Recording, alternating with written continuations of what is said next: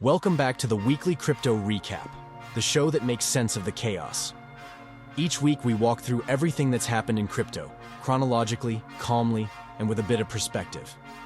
This one's been a roller coaster. The markets shook, sentiment cracked, and a few of the biggest stories we've seen in months unfolded almost back to back. But amid the liquidations and fear, something deeper is happening. A reshaping of trust, structure, and momentum. We start with the mood that opened the week. Nervous optimism. Bitcoin had been holding steady above the six-figure mark for weeks, a range that traders were beginning to call the new normal.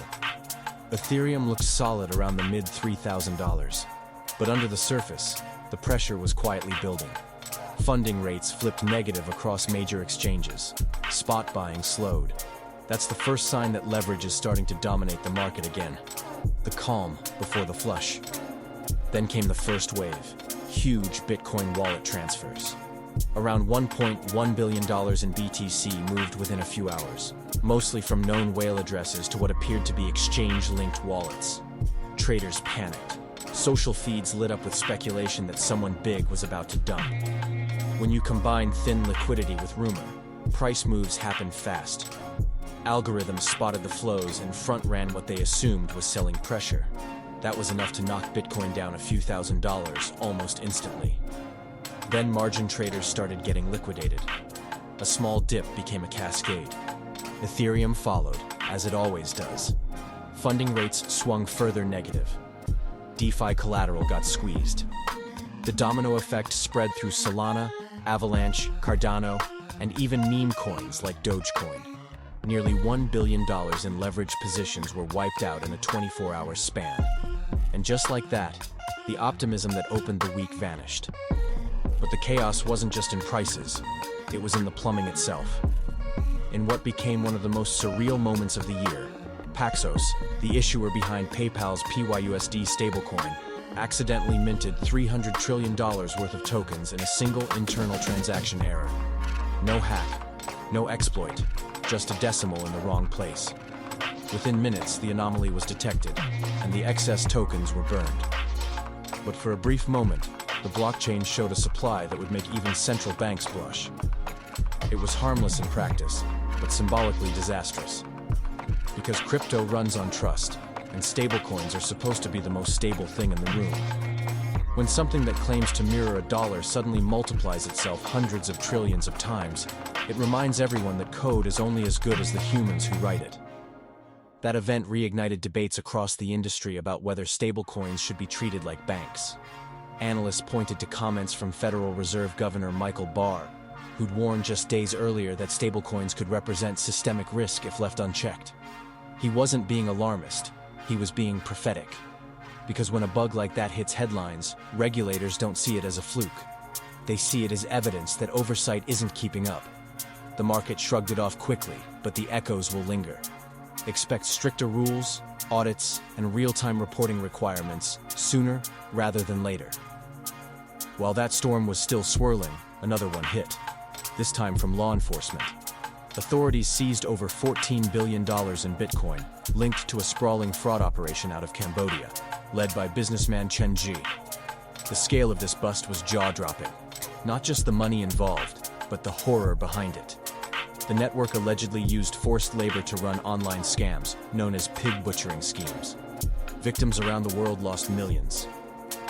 The U.S. Treasury and international partners coordinated the seizure in what they called one of the largest crypto asset recoveries in history. It was a PR win for regulators and a reality check for the market. For years, critics claimed crypto was a playground for crime.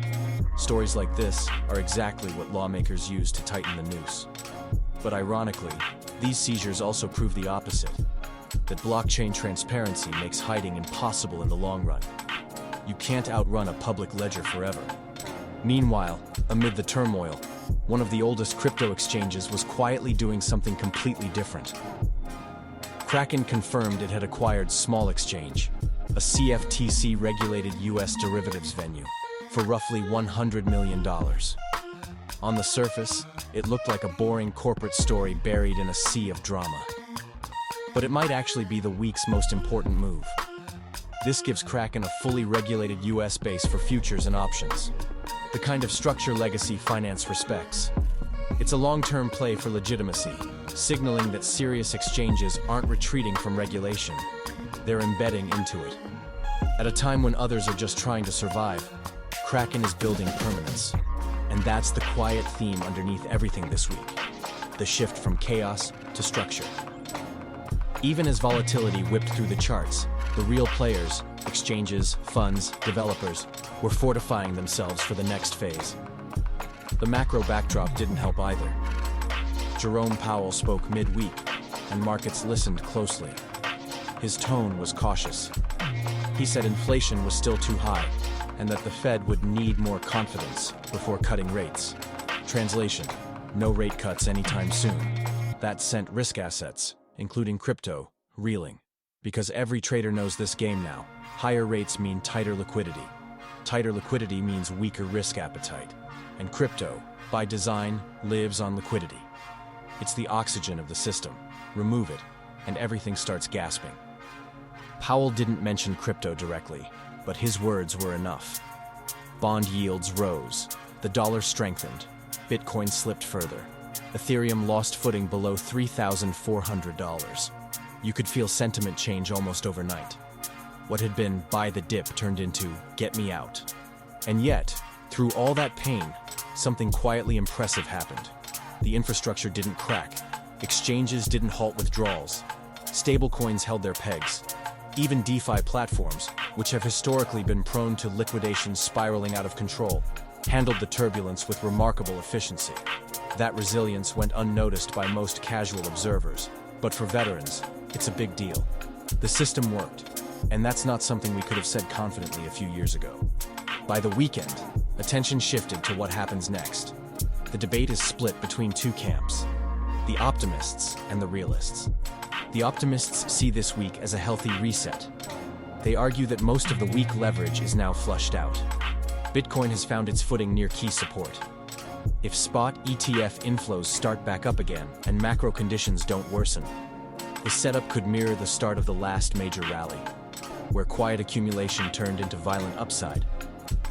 Analysts like Will Clemente and Scott Melker have both said the same thing in different ways. Every bull market is born from boredom and disbelief, and right now, the market feels like both. Then there's the realist camp, not bearish, just wary. They point out that liquidity is still thin, and confidence hasn't fully returned. Institutional inflows slowed. Retail sentiment, which had been creeping back earlier this year, is fading again. One analyst compared it to standing in fog. The next move could be up, or it could be straight down. Until the fog clears, you don't move fast. Some big-name strategists weighed in too. Mike McGlone from Bloomberg Intelligence warned that Bitcoin could trade sideways for months, comparing the current structure to the post-ETF lull in 2024. Others, like Raoul Pal, argued that the cycle remains intact. Macro tightening always compresses prices before explosive breakouts. His model still shows Bitcoin hitting between $130,000 and $150,000 in the next expansion phase, assuming rates begin falling in the first half of 2026.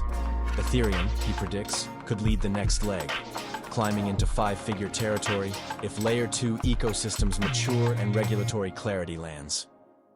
Those targets sound ambitious, but there's logic behind them. Every time the system resets, it sheds bad capital and replaces it with smarter money.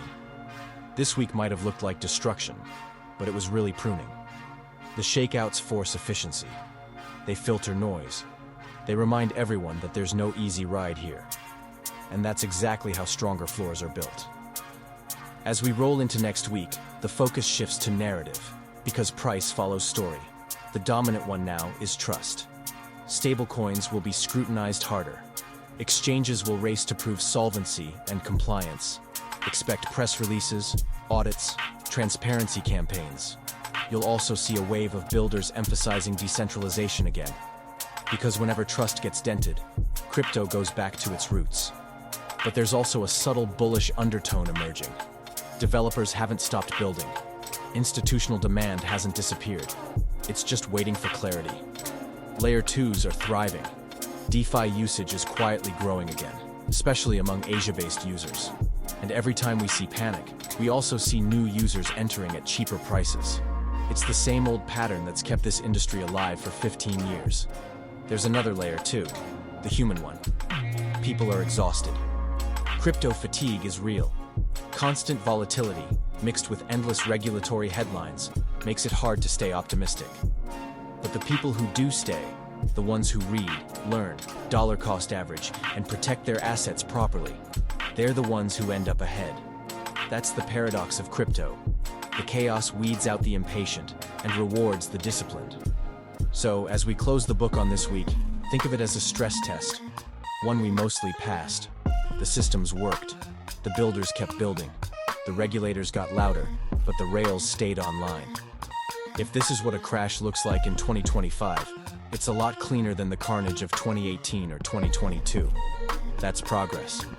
And if you're still here listening, it means you care enough to understand the story behind the candles. That's what makes you dangerous in the best way. You're not chasing green bars. You're learning how the machine breathes. That's what real conviction looks like.